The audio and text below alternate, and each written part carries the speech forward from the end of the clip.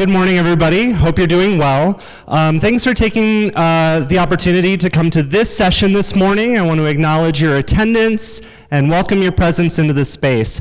My name is Matt Peterson. I am currently the Director of Student Life and Title IX Coordinator at Naropa University in Boulder, Colorado. If you're not familiar, Naropa University is a small Buddhist-inspired non-sectarian university literally in the middle of Boulder, Colorado. How many of you are coming? Is everybody from Colorado? Not from Colorado? Anyone? Okay. Do we have any students? Yay, students. That's exciting. Administrators, staff members, employees? Cool. Faculty members? We have one faculty member. Welcome. Anybody doing Title IX work professionally on their campus? Title IX administrators, Title IX coordinators, investigators? One. All right, welcome. Thank you. All right, so hopefully this will be entertaining. This is going to be a really informationally intense first half of the session. What we're going to do then is kind of break off into smaller groups, do some brainstorming, come back and wrap up. Does that sound like a plan? Okay, cool. I know we're in an incredibly large room and an incredibly small group of people, but I am going to use a microphone for the sake of, I'm assuming, recording, and also so that everybody can hear me. Oh, that is not what that was supposed to do. I might have to sit up here just to manage this, because my technology is being kind of a pain today. I apologize for that. Okay, there we go. So is it okay if I stand up here? This is exceptionally awkward. Okay. So you read the session description. That's why you're here. Congratulations. So why trans inclusivity? Why are we focusing on this today? Why are we focusing on it during this conference? Well, really what we're talking about is gender equity. And we can't talk about gender equity without involving a robust dialogue around trans students on campus, gender nonconforming students on our campuses. Really what we're going to be talking about today is legal content, so I apologize in advance if you're really not excited about the law. But we're going to talk about gender identity equity and talk about it through the lens of compliance. So there's this minimum bar that we're going to establish, which really is what compliance is. And we're going to talk about transcending that minimum bar toward full inclusion of our trans students, faculty, and staff. Why? Because there's still a disparity between the belonging experienced by cisgender people at our colleges and universities and our transgender, gender nonconforming, genderqueer, two-spirit, and non-binary gender identity-based folks. Agreed? Yes? You can nod, you can hoop and holler, you can jump up and down and dance if you want to, because this is a reality on our campuses that at a lot of institutions in our country and a lot of states in our country, there's still no local and state level protections on the basis of gender identity and expression. Thankfully, we're in Colorado. There's a sort of exception to that. I say sort of because if you're familiar with Colorado state law, you know that transgender protection is couched in sexual orientation non-discrimination, which is weird and somewhat counterproductive for a lot of reasons. So what are we going to do today? We're going to talk about Title IX and the Violence Against Women Act reauthorization, and we're going to talk about what that means specific to gender identity today. We're going to then break into some groups and do some brainstorming around how we can use that bar to kind of engage a robust conversation on our own campuses about transgender inclusivity and discuss, hopefully at the end, some best practices and trends around campus inclusivity regarding gender identity and expression. I always have to kind of front load these presentations by talking a little bit about where I'm coming from with this work.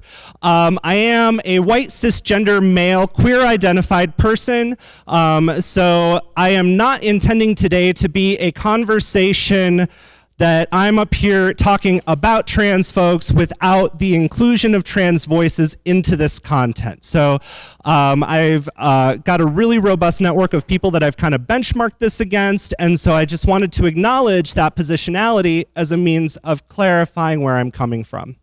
I've been working in student affairs for about 12 years, and the last 4 years has been specifically working on Title IX. And so I know a lot about this content, but I certainly don't know everything. And I don't think any of us really do. This is a lot of stuff. There is so much to Title IX and VAWA and gender equity. It's really hard to kind of keep that all straight sometimes. No pun intended. So, PhD student at the University of Northern Colorado looking at equity and campus inclusion initiatives, and I am not an attorney. Okay, I have to clarify that because nothing that I say from here on out should be construed as legal advice. I don't want you to go back to your campuses and be like, Matt Peterson said this needs to happen, therefore, right? So we're not going to do that. Quick terms and definitions, because we might not all be on the same page about this. And these are really kind of cursory definitions. I'm not completely in love with them, but they're going to give us a little bit of a level playing field for today. So when we're talking about sex, which really is the genesis of Title IX, is sex discrimination or non-discrimination, we're talking about that medical designation, right? We're talking about the check boxes on the birth certificate and how some doctor decided that he or she or they were going to identify us at birth based on secondary sex characteristics and chromosomal makeup, right? So off of that, gender is the socially constructed response to that perception, kind of what we think that means and how we construct identity around masculinity, femininity, within, without, and around. Gender identity talks about one's internal sense of gender and how they kind of conceptualize, how we contextualize our gender for ourselves, and our gender expression is then how we express that out to the world, or don't, depending upon our safety and comfort, right? So very cursory definitions there. Couple of other definitions for you to set the container. Compliance is this really narrow thing. When we're talking about non-discrimination laws, we're talking about compliance. Thou shalt comply with the law. It's a really low bar, right? It's like the minimum that you have to do to make sure you're in alignment with the law, which is where most universities stop. Right? That's what we're going to kind of talk about today.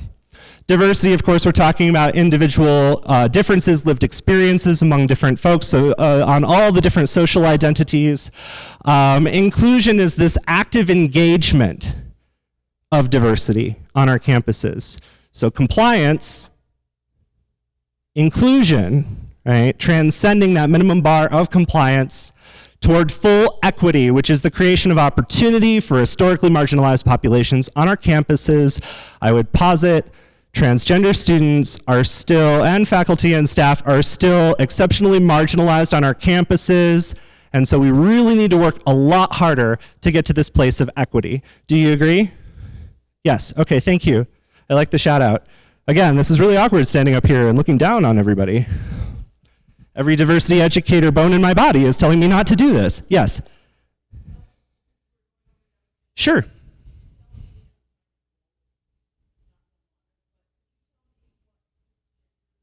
Ooh, excellent. Thank you for asking. For me, cisgender means that the gender assignment that I received at birth aligns pretty well with our notions of masculinity. So for me, being cisgender is that kind of, my performance of gender is pretty much what you would expect from somebody assigned male at birth, for the most part, ish. And so we could say cis is anyone who's not transgender, right? Or identifies in alignment with our gender norms and values in this context and society. So there's a lot there to unpack. Unfortunately, we're not gonna do that today. Oh, do you want to? Oh, thanks, Steve. Applause for Steve real quick, because Steve is pretty awesome. All right, so I want to do a quick knowledge check. What do you already know about Title IX? Anyone?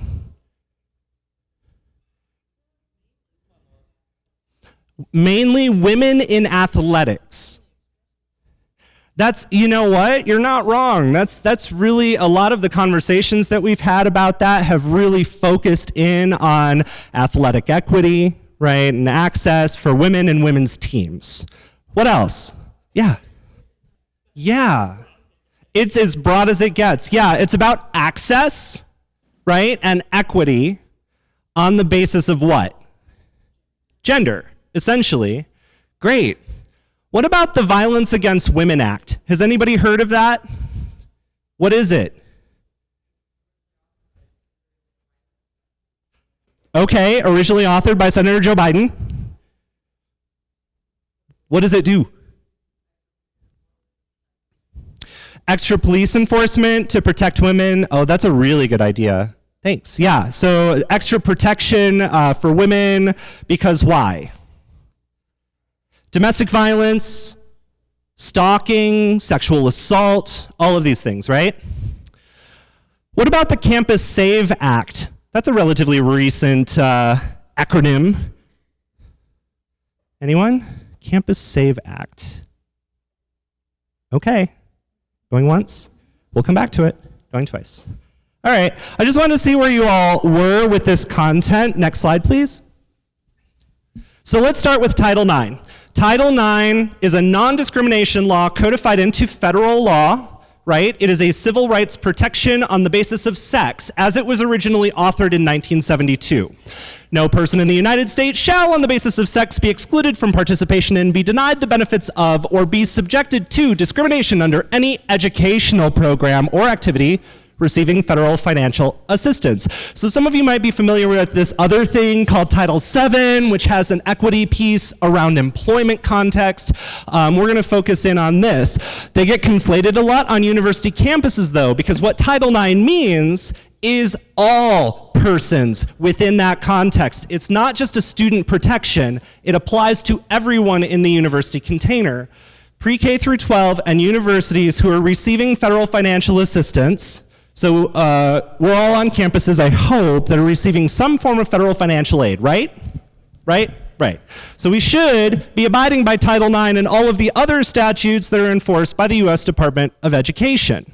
Now, our understanding of sex as a legal construct has evolved markedly since 1972, thank goodness. Next slide, please. I already said that. Sorry, next slide, please.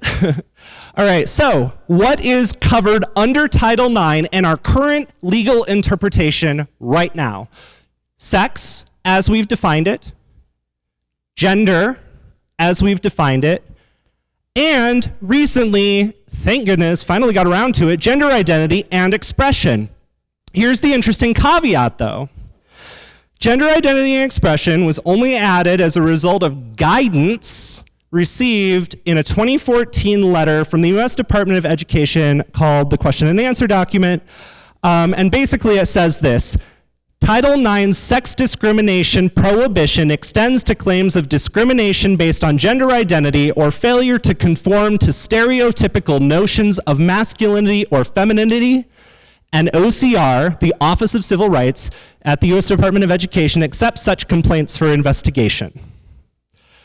This was pretty exciting stuff to see coming out of the U.S. Department of Education. I had some really lovely conversations with OCR in 2011 about this, and they said, currently and probably never will Title IX extend to transgender students. And I said, thank you very much. I don't believe you. I'm moving on with my life. So thankfully, U.S. Department of Education listened to me. I'm kidding. It wasn't me. But they did listen and they said, hey, this is a problem, right? And there's a couple of different reasons why.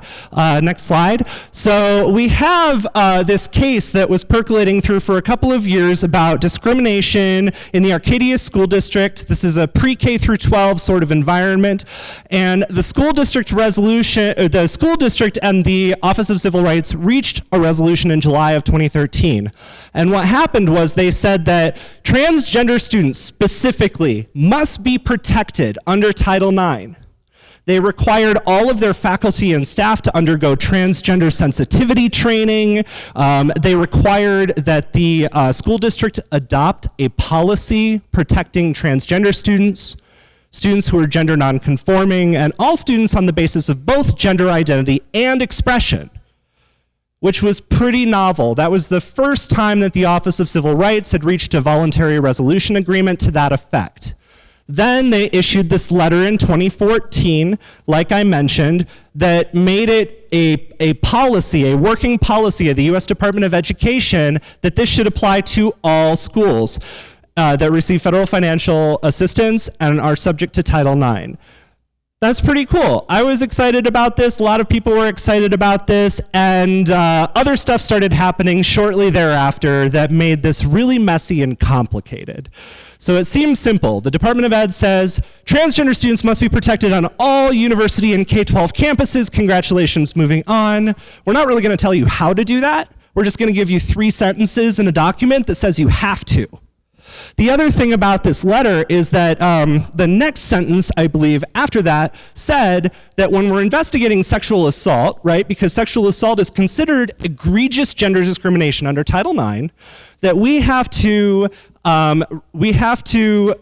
make services and response accessible to all people regardless of sexual orientation or gender identity and expression. Why is that such an issue? Well, Title IX then, for some people on some campuses, came to include sexual orientation, which it does not.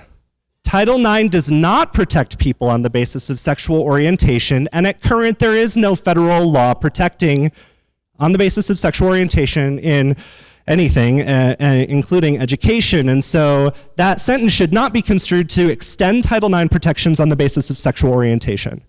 But sexual orientation should not be a mitigating factor in our response to sexual assault. Does that kind of make sense? It's unfortunate. I, as a professional, would argue that all sexual orientation discrimination has its basis in sexism as protected or prohibited under federal law in Title IX. We haven't got there yet. It takes time to make the law catch up to our societal notions of right and wrong. Next slide, please. So the Violence Against Women Act was originally passed in 1994 in response to what Congress was seeing at that point in time as egregious levels of sexual violence and domestic violence against women. So they wanted to make sure that there were additional protections, things like funding for police agencies to have advocates on staff, expanding SANE nurse programs, sexual assault nurse examiner programming, and creating categories under federal law that would extend protections against sexual assault, which is great. So the original intent was to eliminate violence against women. Next slide. So the Violence Against Women Act was reauthorized in 2013, signed by President Obama, and carried a heck of a lot of additional content. Not the least of which were changing language around intimate partners. The FBI Uniform Crime Report definitions of sexual assault were incredibly heterocentric, incredibly binary, and incredibly male perpetrator, female victim centric. And so they changed the definition. So look at this. Anyone can be sexually assaulted under federal law now. So it took a really long time to get there, but it's nonetheless in this new guidance. It added provisions for tribes and tribal governments, which I think is a really big thing under VAWA. It's not really relevant to today, but I wanted to mention it. Tribal governments can prosecute perpetrators of sexual violence now in a way that they could not prior to the authorization of this law because of sovereignty issues. It adds prevention education provisions, which means that universities have to do a lot more programming and intervention around sexual violence, stalking, domestic violence, and dating violence. It adds protections for battered immigrants and an immigrant shield for deportation. It substantially changes funding for police authorities and some other nonprofit agencies. And then something I think is really exciting, it added national origin and gender identity to statistical tracking of hate crimes, which directly impacts our work on university campuses through the Clery Act. So the Clery Act requires that we disclose crimes committed on or near our campuses, and also that we disclose hate-motivated crimes in certain categories. Gender identity is finally on there. Starting July 1st of 2015, in a couple months, every university and K-12 institution will be subject to these new regulations. And so you need to go back and tell your Title IX coordinators if they're not on this, they need to be, because this is important stuff. Next. There's a section of the Violence Against Women Act reauthorization that is specific to college and university campuses called the Campus Save Act. And basically it adds certain types of crime statistics around domestic violence, dating violence, and stalking. Those were never tracked before. So our Clery reports are going to need to disclose that information, which helps our students, faculty, and staff make informed decisions about whether or not our campuses are safe enough for them to attend. This is important. It increases the prevention education requirements for us, so we have a lot more to do around not just student prevention education, but staff and faculty training and intervention, and then also changes how we go about adjudicating certain things like sexual assault on our campuses, which directly impacts our Title IX work for most of us who are doing that work on our campuses. Next slide. Before we double click into this a little bit more, does anybody have any questions about Title IX or the Violence Against Women Act, Campus Save Act? Sorry, I warned you. I said it was going to be content heavy, so there you go. Right? Thankfully, all these slides are on the Higher Ed Diversity Summit website, so don't feel like you have to take a ton of notes. You can just download this, and you can always email me for more resources. Yeah. So how do you go about researching? Sure. Yeah. Right. So the Clery Act, if you're not in the know about this, what the Clery Act requires is that we track reported crimes statistically. So if we never receive a report about it, according to Clery, it never happened. And so one of the reasons that the programming requirements have increased under the Campus Save Act is because we know that sexual violence is still drastically underreported, particularly in queer and trans communities, right? Super underreported on our university campuses. I think I'm going to respectfully request that if you have any questions, we're going to use this microphone so that it gets on there, all right? And so yeah, that it's hard because we can't authentically track violent crimes on our campuses unless they're reported to us. So one of the pieces of work that we really need to do on our campuses is making sure if we've got campus police or campus safety and security that we're training them, particularly about responding to the needs of survivors of violence who identify as queer and trans. And the Colorado Anti-Violence Program in Denver is available to do those types of tactical trainings on our campuses anywhere in the state of Colorado. If you're not in Colorado, there's anti-violence programs in many states that you might be able to access, or the National Coalition for Anti-Violence Programs, which can provide you some curriculum and material to provide or to deliver to your people on your campuses. So those are really important resources. Good question though. This is really hard stuff. And even harder if our intake process for addressing sexual violence doesn't talk about identity. If we're not asking questions about, so how do you identify in regard to your gender identity? We don't know if that victim identifies as trans, right? We don't know if that victim identifies as cisgender. And so this is going to be really complicated. And because this is a new change, it's going to take some time to make those systems work in alignment with those new regulations.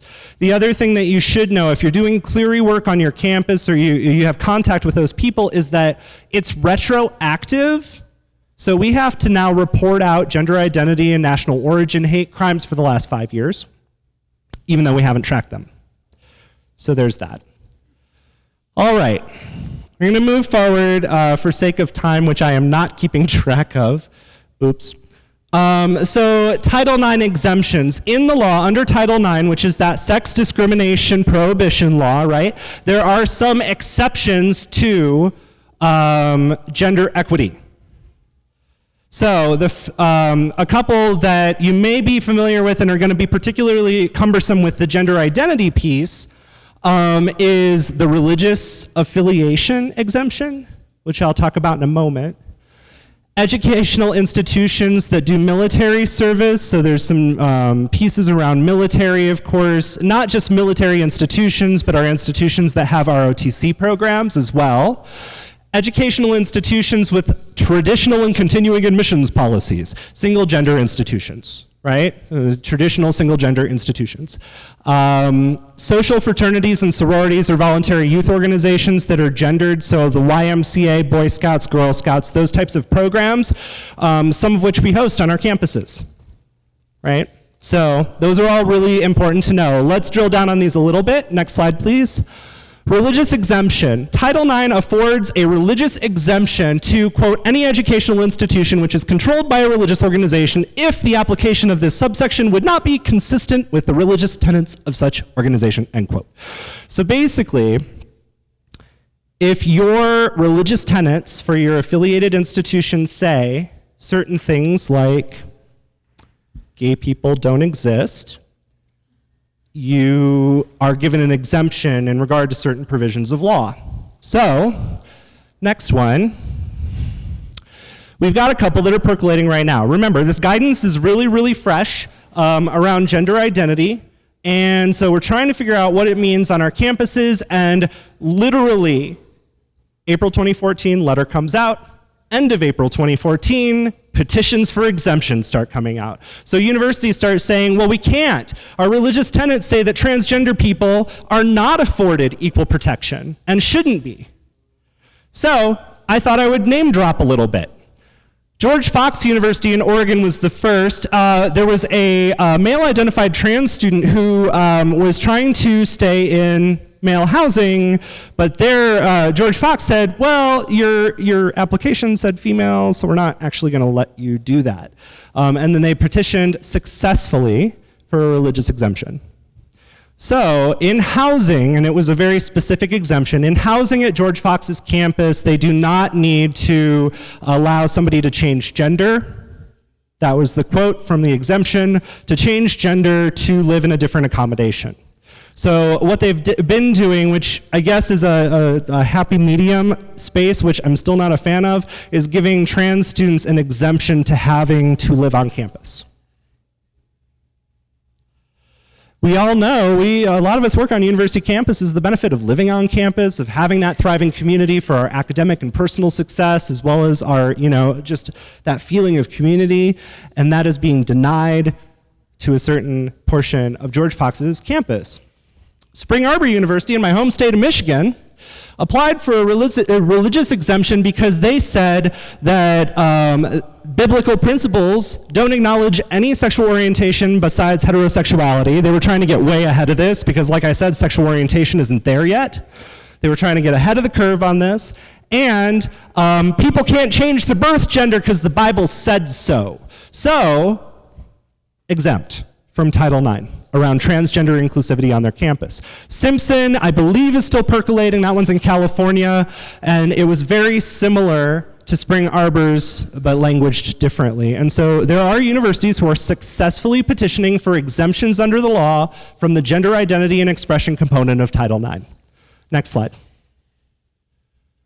Fraternities and sororities have always under Title IX been considered single-sex organizations and exempt unless they were coeducational fraternities like Alpha Phi Omega. And so those types of organizations are exempt. Here's the cool thing, though. The Association of Fraternity and Sorority Advisors, do we have any Greek people in the room? You don't have to self-identify if you don't want to. All right. There you go. So there's a lot of good things, right? Greeks have been taking a lot of heat in the press lately, but there are a lot of good benefits to having Greek organizations on campus. And the Association of Fraternity and Sorority Advisors has included in guidance to advisors on campuses that transgender inclusivity policies need to be part of fraternity and sororities. So what does that mean? It really is up to the institution, how they want to contextualize that. It doesn't carry the weight of law. So technically, they're still exempt from having to include people on the basis of gender identity and expression, but a number of chapters throughout the country have taken it upon themselves to write their own policies around gender identity inclusion, which have been really helpful. So if somebody identifies as a trans man and wants to enjoy the benefits of being in a fraternity, they can. in certain chapters on certain campuses. All right, next slide. The NCAA, how many of you have intercollegiate athletics on your campus? I don't, thank goodness. All right, so I used to coach Division II swimming, so I have a great appreciation for the NCAA, and I'm really surprised that they have written some trans inclusion policies, because it is a very old organization. It's got a lot of political pressure from internal and external constituents, but their gender identity piece is very limited. Intercollegiate athletics are not subject to the same type of gender identity inclusion pieces, because it's still widely accepted that there are male teams and female teams, unless you're one of the universities that has mixed teams because of the gender makeup of that team, which puts you in a different sort of category within the NCAA. There's all sorts of fun restrictions. I don't want to go into it too much, but know that they have an entire document about the inclusion of trans student athletes in intercollegiate athletics. But it's still very binary oriented. It really addresses trans men and trans women who want to participate in men and women's sports teams. And there's provisions around, yeah, I know, I'm seeing faces here about this, and this is weird. This is kind of weird. It's not ideal, but they're making steps in that general direction, which is good. Next. So, those are the exceptions.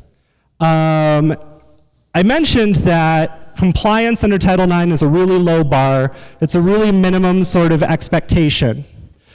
What I would prefer to do, instead of looking at compliance and starting there and saying, this is the minimum bar, let's meet it, if we're working toward full inclusion of trans students, faculty, and staff on our campuses, and really anyone of any gender identity and expression, we're automatically going to be in compliance.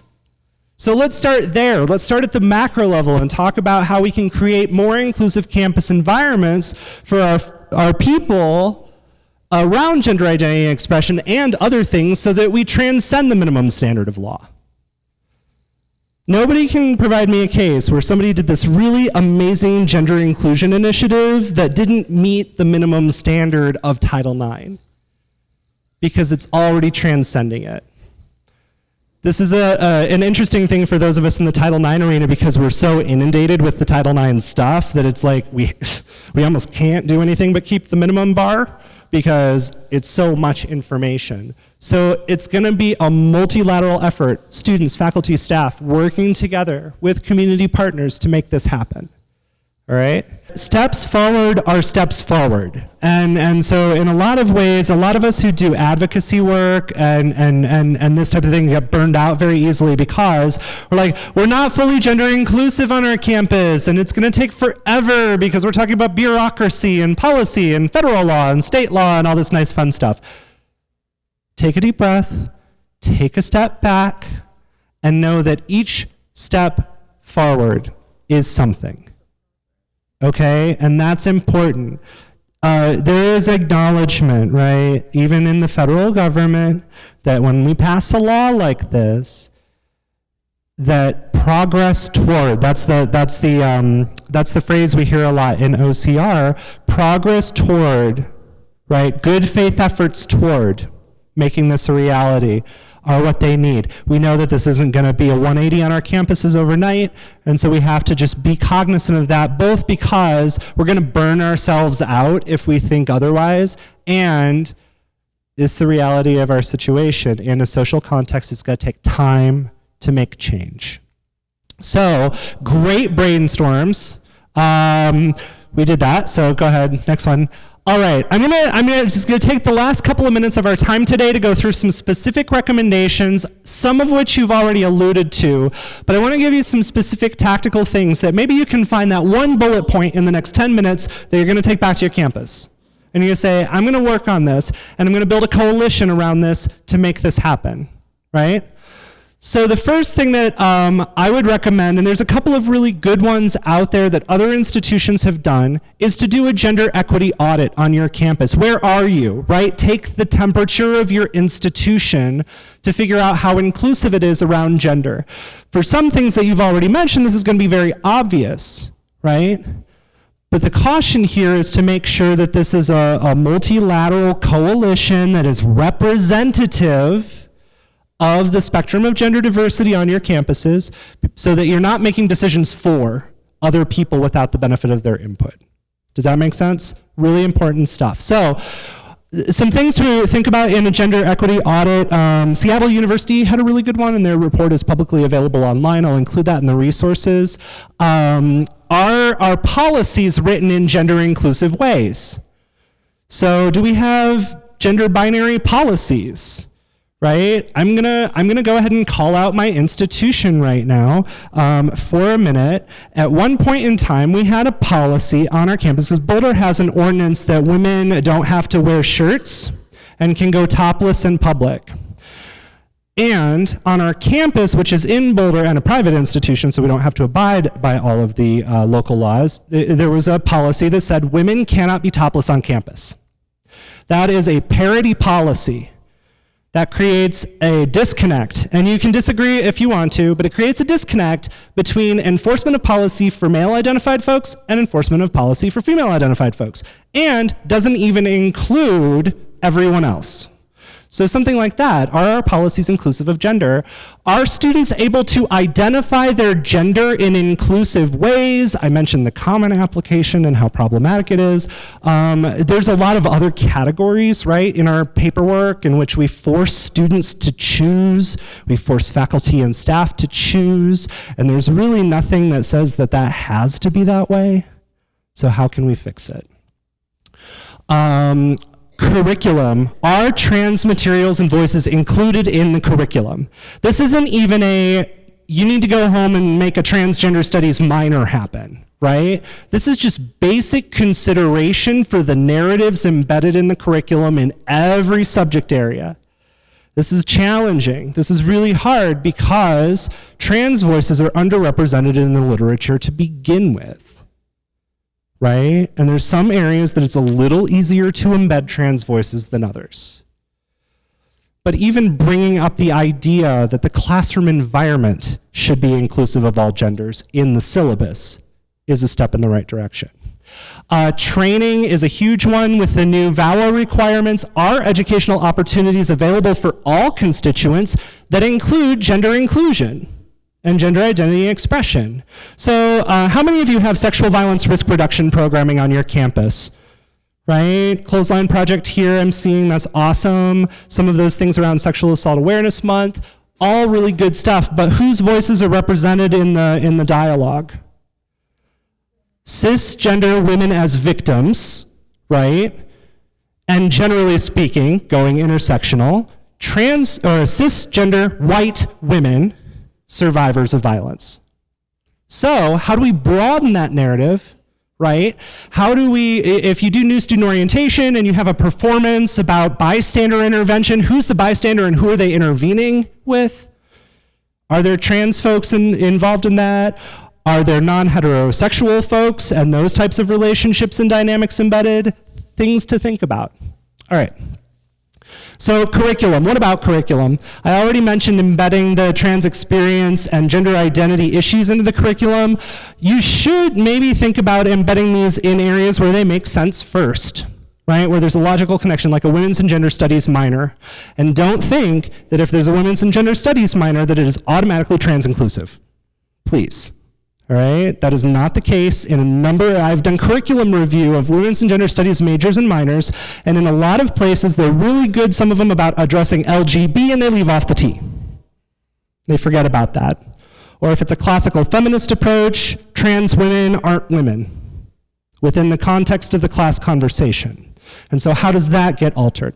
So thinking about things like that, certificate programs, right? Additional offerings, co-curricular offerings that supplement what's going on in the classroom, which for most of us is an area we have some control over, even if we don't have control over the curriculum itself.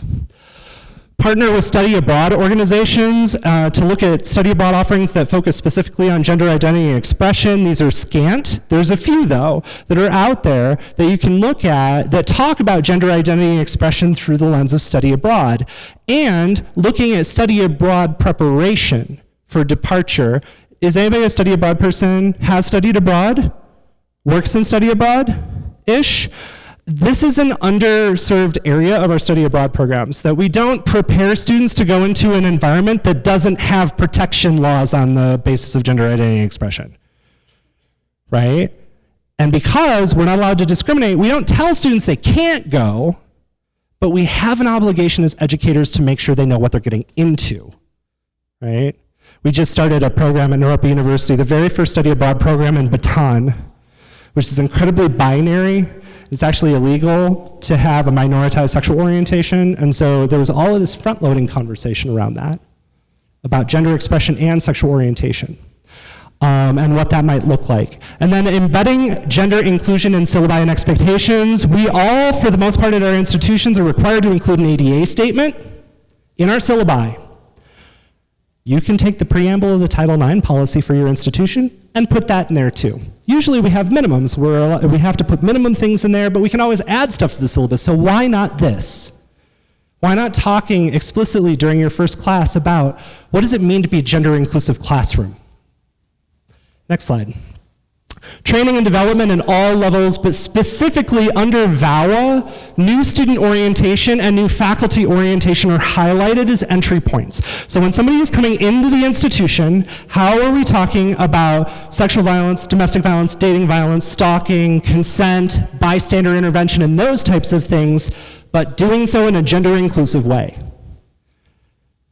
Right? We're worried about meeting the minimum requirements of those training requirements under VAWA. We should be making sure that they're gender inclusive while we're doing it. Are LGBT stories embedded in? And again, I refer to the Colorado Anti-Violence Program, which does the work on reducing and eliminating violence within and against LGBT communities in Colorado, as a model, as a keeper of wisdom that you can tap into very easily. coavp.org. Pronoun usage, again, right? This has been a big issue on our campus. I'm just gonna be clear about this. So if we have a student who's using they, them, and their as their preferred gender pronoun, but the faculty member is consistently misgendering that person as he, him, and his, the first time, second time, okay, there's a growth edge there because third gender pronouns are hard for us who have been raised in a binary system, right? It's hard to do that, and every now and again we'll flub up. But to consistently do so works its way toward creating a hostile environment under Title IX.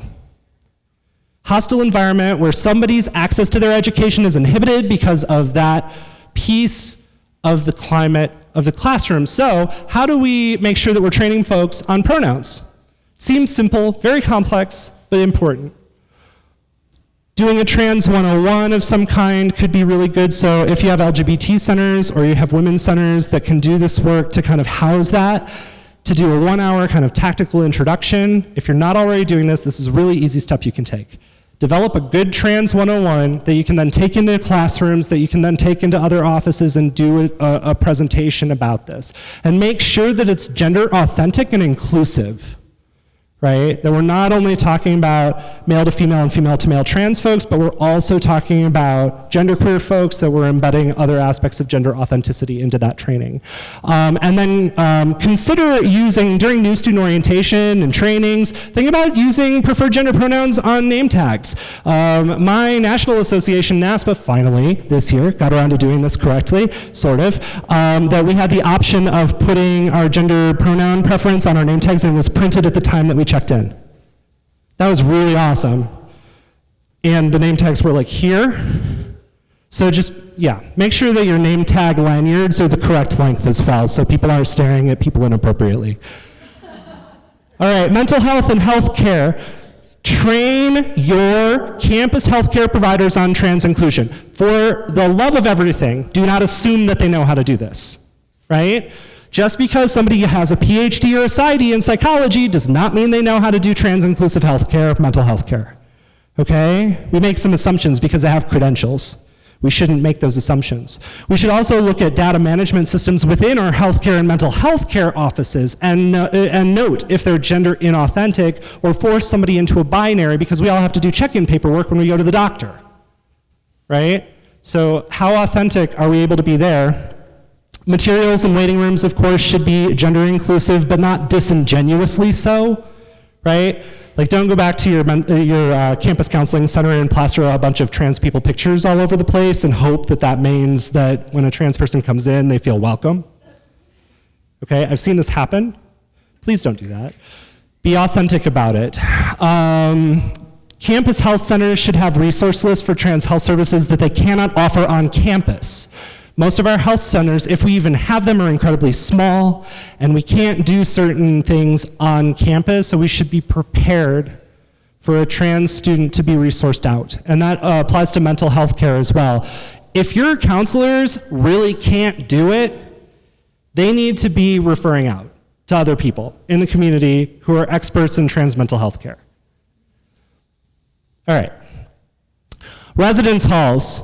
How many of you have residence halls on your campus? Really?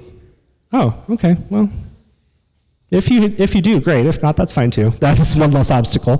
Consider identifying an area of campus housing that's trans inclusive or gender neutral or all genders.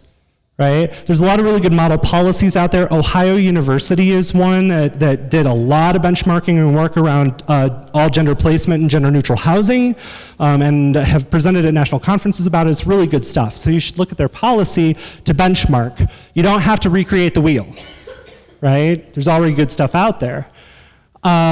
You should identify policies and procedures for housing exemptions for trans students as well. Because, and this sounds somewhat counterintuitive given what I just said about gender inclusion, but if a trans student really doesn't feel safe in the residence halls, should that student be subjected to a mandatory housing requirement? Thank you for shaking your head no, because that is the right answer. So think about ways to do some sort of an exemption policy as well.